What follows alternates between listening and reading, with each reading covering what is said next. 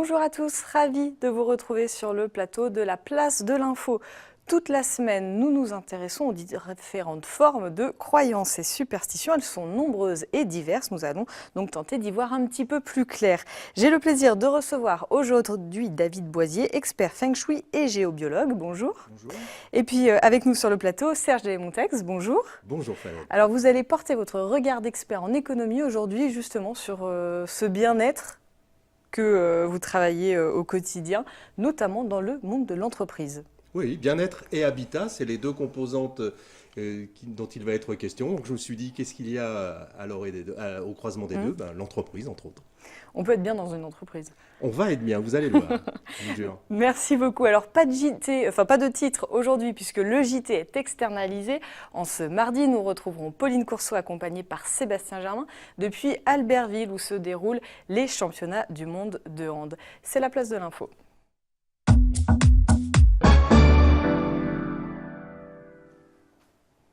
Alors David Boisier, vous êtes donc expert Feng Shui et diplômé à l'Institut suisse de Feng Shui. Ça s'intègre dans la grande thématique des croyances et superstitions. Alors première question, est-ce qu'il faut y croire pour que ça marche, le Feng Shui? Alors curieusement, même si on n'est pas spécialement sensibilisé au Feng Shui et si on n'a pas de croyances particulières, le Feng Shui marche malgré tout. Donc c'est ça qui est assez magique entre guillemets. Alors vous conseillez des particuliers, des professionnels, dans le bassin lémanique, que ce soit en Suisse ou en France.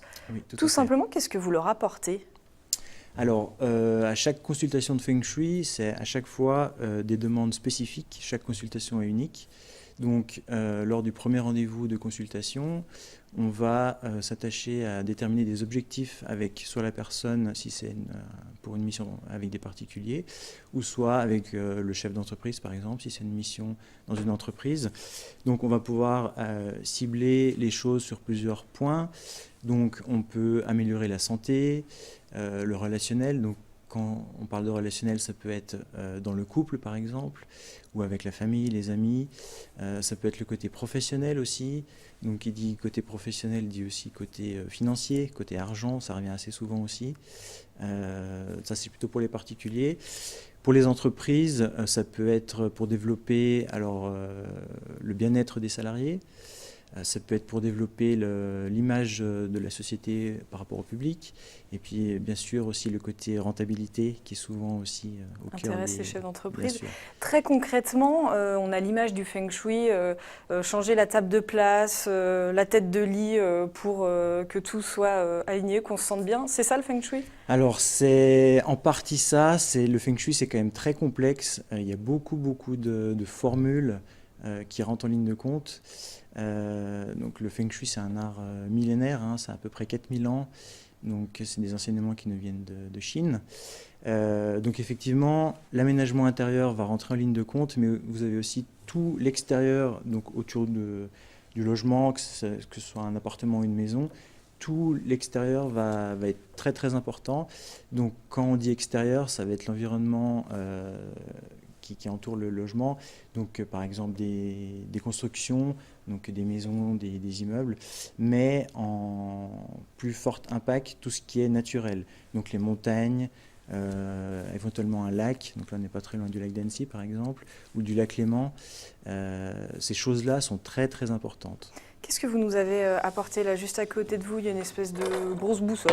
Alors ça, c'est ce qu'on appelle un luopan. C'est la boussole qu'on utilise donc en Feng Shui. C'est une boussole qui est très très précise parce qu'en Feng Shui, on travaille à moins de 1 degré près parce que chaque orientation a une signification pour les personnes. Donc on a besoin d'être très précis dans ce qu'on fait. Et il y a une multitude de renseignements. Donc grâce à cette boussole, assez vite, quand je mesure une direction d'une porte d'entrée, par exemple, dans un logement privé, j'ai beaucoup d'informations qui me sont données grâce à cette boussole. Donc c'est un outil indispensable.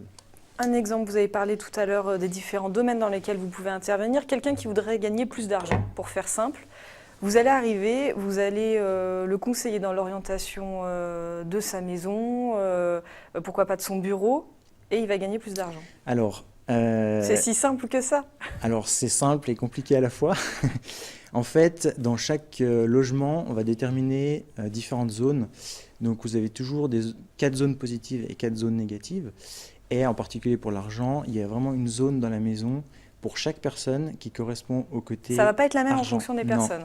Donc ça, c'est déterminé par rapport à votre date de naissance et que vous soyez homme ou femme, ça change aussi.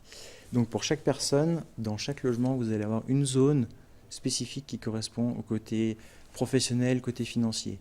Donc après, tout le but du jeu, ça va être d'activer cette zone fortement. Donc on a plusieurs outils pour ça. Ça prend du temps? Alors, le côté financier, je dirais que c'est le point qui va le plus vite quand on met en place les actions. Bien souvent, dans les jours qui suivent, vous avez déjà des petits signes qui vous montrent que vous avez fait la bonne démarche. Et après, pour avoir des résultats significatifs, je dirais qu'il faut à peu près 2 mois pour vraiment voir les grosses différences. Alors sur votre site internet, vous mettez en garde contre le Feng Shui New Age. Oui. C'est un secteur où on va trouver beaucoup de charlatans? Alors, je ne vais pas utiliser ce mot-là. Je dirais que c'est un Feng Shui qui s'est développé dans les années 80 et qui est beaucoup axé business, donc beaucoup axé sur les accessoires. Donc la petite fontaine d'eau qui va bien? Alors, encore la fontaine, ça peut être discutable, mais après, vous avez, je sais pas, des petites tortues, des petites pierres, des petites choses comme ça. Ça, je dirais que oui, ça a peu d'effet. Ça serait un peu trop simple aussi. Ou si vous, je sais pas, si vous repeignez le mur de votre salon en rouge, il ne faut pas s'attendre à de gros effets. Vous êtes aussi géobiologue, on Oui. l'a dit. C'est 2 activités complémentaires et différentes. Exactement, donc les deux sont différentes, mais par contre les deux se complètent vraiment. Le Feng Shui, ça va vraiment être axé sur le logement, la maison, tandis que la géobiologie, c'est plus axé sur le lieu en lui-même.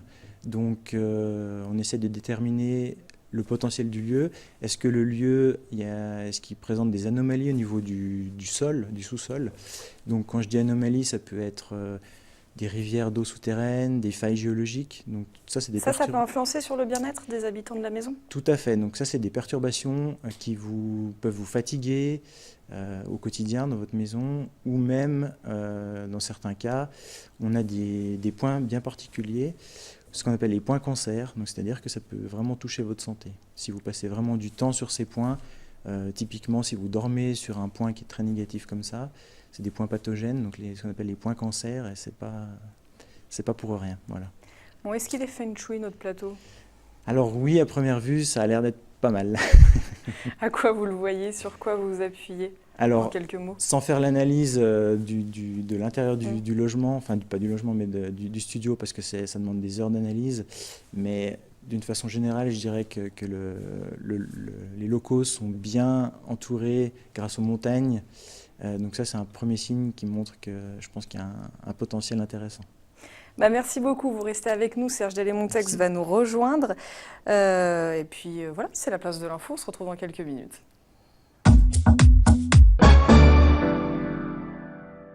Nous voilà de retour sur le plateau de la place de l'info, toujours pour parler bien-être et Feng Shui avec notre invité David Boisier. Serge Delay-Montex nous a aussi rejoint pour parler bien-être au travail. Et puis Thierry Paul, bonjour. Moi, elle est positive, cette météo, puisque là, on parle bien-être. Alors, ça dépend pour qui. Pour nous, si on aime le soleil, c'est positif. Si on attend la neige pour les prochains jours, c'est un peu moins positif. Donc, on ne voit pas de changement de temps avant début février. On va rester dans ces mêmes conditions anticycloniques. Donc, ça sous-entend évidemment les nappes de brouillard le matin en région de plaine qui devraient se dissiper partiellement l'après-midi, notamment sur Chambéry et Annecy, mais rester tenaces dans le bassin genevois ou la vallée de l'Arve. Et puis, évidemment, on n'a pas fini de parler non plus toute cette semaine de la pollution de l'air qui est à nouveau très critique. Donc là, on est reparti pour plusieurs jours. On est reparti au moins pour cette semaine. Oui. Et la fin de semaine, le week-end? Non, le week-end, pour l'instant, ça demande à être confirmé, mais on devrait rester dans ce même type de temps, avec du soleil en montagne, et puis en plaine, ce sera plus aléatoire avec les grisailles. Et donc pas de neige avant début février? Pas de neige, pas de changement de temps prévu avant début février. Merci Thierry. Serge Delay-Montex, vous êtes donc intéressé au bien-être au travail, c'est pas incompatible? Absolument, c'est même tout à fait compatible. C'est vrai que quand j'ai vu que notre invité venait nous parler bien-être et habitat, je me suis dit comment concilier les deux? Tout simplement avec une entreprise qui œuvre dans le domaine de l'habitat et qui s'occupe du bien-être de ses salariés. Je vais vous raconter l'aventure de Haute-Savoie Habitat. Haute-Savoie Habitat qui, depuis le mois de janvier 2015, est officiellement une entreprise libérée au sein de laquelle les salariés, donc les cadres et les non-cadres, gèrent leur temps de travail en totale autonomie. Je rappelle que Haute-Savoie Habitat, c'est anciennement l'OPAC, qui est un office public de HLM. Alors la promesse, plus de liberté et plus de responsabilité pour un épanouissement professionnel renforcé, c'est pas mal. Les principes fondamentaux de l'entreprise libérée, je vous rappelle, c'est un processus de management qui se déploie en ce moment partout en France et aussi en Savoie-Mont-Blanc. Alors les principes, c'est encourager les prises d'initiative et l'autonomie des salariés, favoriser le développement personnel et permettre l'épanouissement de chacun au sein d'un collectif où le respect du client et des collègues constitue la base de tout travail. Et au cœur de cette dynamique, vous l'avez deviné, Fanette, bien sûr, c'est la confiance avec un objectif, plus de bonheur au travail. Alors comment ça marche? Bien sûr, après avoir identifié des axes d'amélioration, Haute-Savoie Habitat a pris 2 décisions fortes. Libérer la gestion du temps et créer un dojo. Ça tombe bien, le dojo, c'est le lieu consacré à la méditation zen. On se retrouve dans le domaine du Feng Shui. Ils ont donc installé un dojo dans les locaux du siège social. Donc aujourd'hui, comment ça se passe? Chaque salarié organise son temps de travail comme il le souhaite. Donc c'est les horaires décalés. On peut faire du travail à distance et ou le samedi, des semaines de 4 ou de 5 jours. Donc c'est une liberté nouvelle qui permet aux salariés de gérer mieux leurs emplois du temps, comme de prendre par exemple des rendez-vous chez le médecin ou chez son spécialiste de Feng Shui par exemple. Bien sûr, c'est un temps que le salarié va récupérer en fonction de sa charge et de ses possibilités. Et puis alors, très intéressant, dans le dojo, qu'est-ce qu'on va faire? Eh bien, on va pratiquer des activités telles que le mindfulness, le qigong et bénéficier de massages de type Ama. C'est les massages sur des chaises, je précise.